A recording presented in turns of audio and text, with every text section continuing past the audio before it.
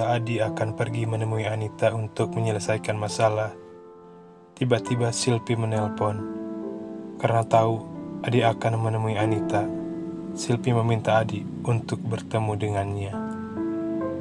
Awalnya Adi menolak, karena Adi akan tetap pergi menemui Anita. Namun Silpi mengancam, jika Adi tidak menemuinya, maka Silpi yang akan pergi ke rumahnya. Akhirnya Adi mengalah dan memilih untuk bertemu dengan Silpi, karena jika Silpi yang datang ke rumahnya, Silpi bisa bertemu dengan ibu Adi. Beberapa saat kemudian, Adi sampai di rumah Silpi. Silpi menyambut Adi dengan pelukan.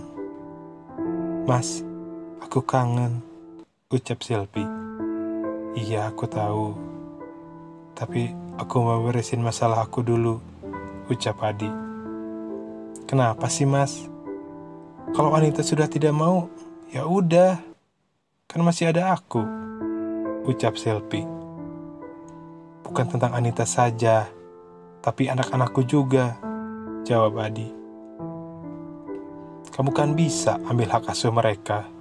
Tenang, aku akan jadi ibu yang baik buat mereka," ucap Silpi mempengaruhi Adi. Setelah perbincangan itu, Adi dan Silpi masuk ke dalam kamar. Mereka bercinta, melepas kangen karena sudah lama mereka tidak bertemu.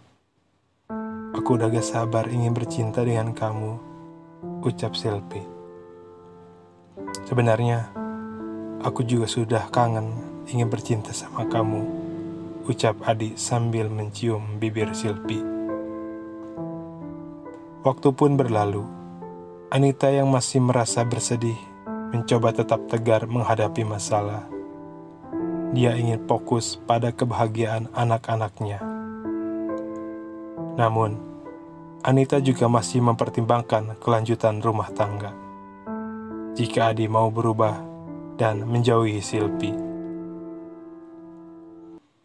Setelah Adi bertemu dan melepas kangen dengan Silpi, Adi meminta izin kepada Silpi untuk pulang dan Silpi pun mengizinkannya. Padahal Adi bukan untuk pulang, melainkan akan menemui Anita. Adi tahu, jika Adi bilang dia akan bertemu Anita, Silpi tidak akan mengizinkan. Bahkan, bisa saja Silpi menahan Adi agar tidak pulang. Adi pun pergi dari rumah Silpi dan menelpon Anita. "Halo, Mah, kita bisa ketemu.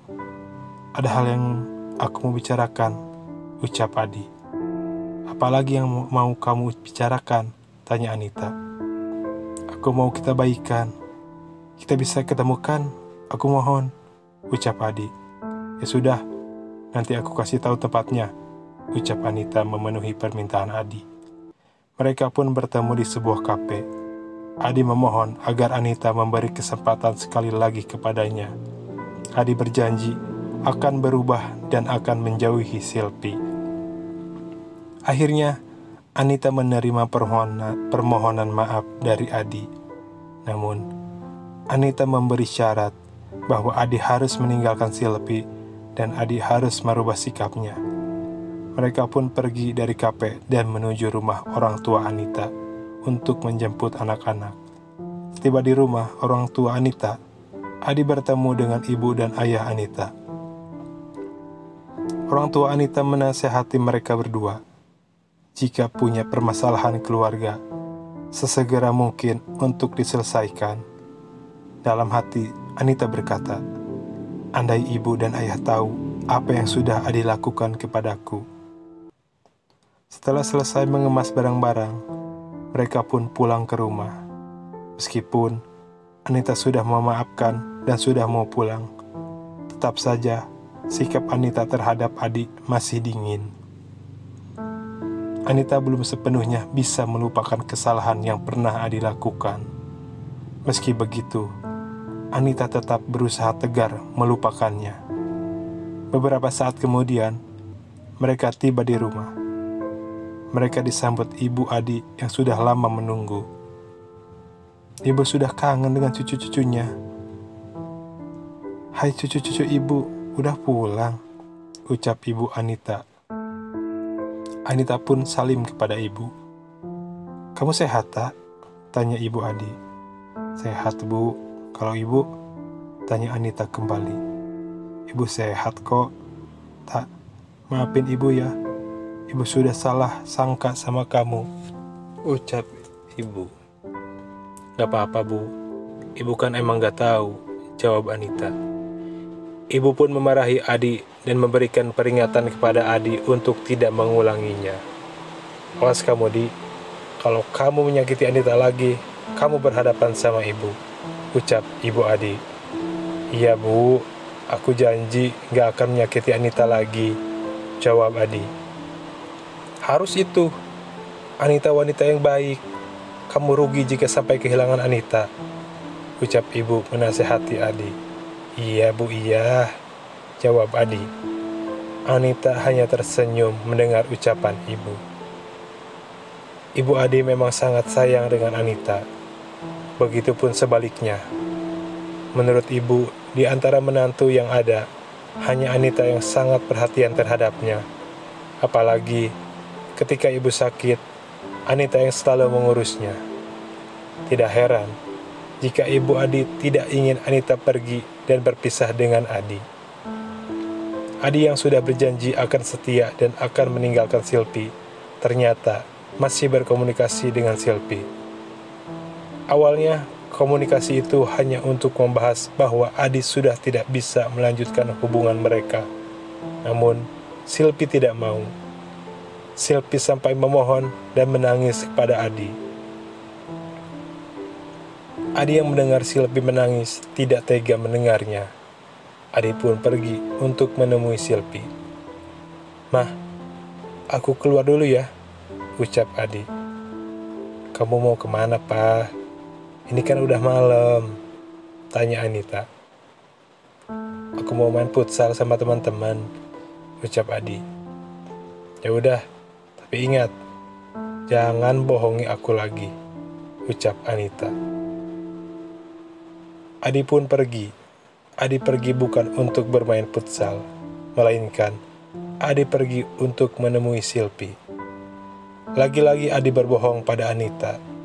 Padahal, baru saja Adi berjanji kepada Anita untuk tidak lagi berhubungan dengan Silpi. Setelah sampai di rumah Silpi, Adi langsung berbicara dengan Silpi. Adi mengatakan bahwa Adi tidak bisa melanjutkan hubungan mereka. Pi, sepertinya aku sudah tidak bisa melanjutkan hubungan kita. Aku gak mau, Mas. Aku bisa mati kalau kamu jauh dari aku, ucap Silpi. Tapi aku sudah janji pada Anita untuk jauhi kamu, ucap Adi. Tapi aku juga istri kamu, Mas. Aku cinta sama kamu, ucap Silpi. Ini pilihan sulit bagi aku. Aku juga cinta sama kamu. Namun, di sisi lain, aku juga cinta sama Anita, ucap Adi. Kenapa kita gak berjalan bersama? Aku gak apa-apa kok bila harus jadi istri kedua, ucap Silpi. Iya, kamu bisa terima. Tapi Anita tidak akan mau dipoligami, jawab Adi. Kenapa kita gak sembunyi-sembunyi saja dulu? Aku gak apa-apa kalau kamu hanya punya waktu sedikit dengan aku.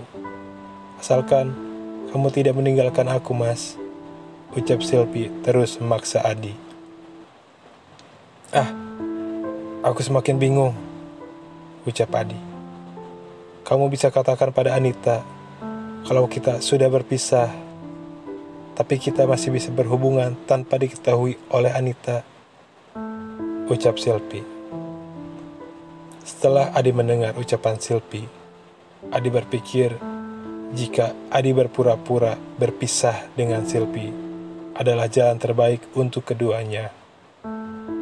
Adi tidak akan menceraikan Silpi, namun akan mengatakan kepada Anita bahwa mereka sudah berpisah. Di sini, ketegasan Adi dipertanyakan. Bagaimana mungkin seorang lelaki yang sudah berjanji kepada istrinya malah membohongi Anita untuk kedua kalinya?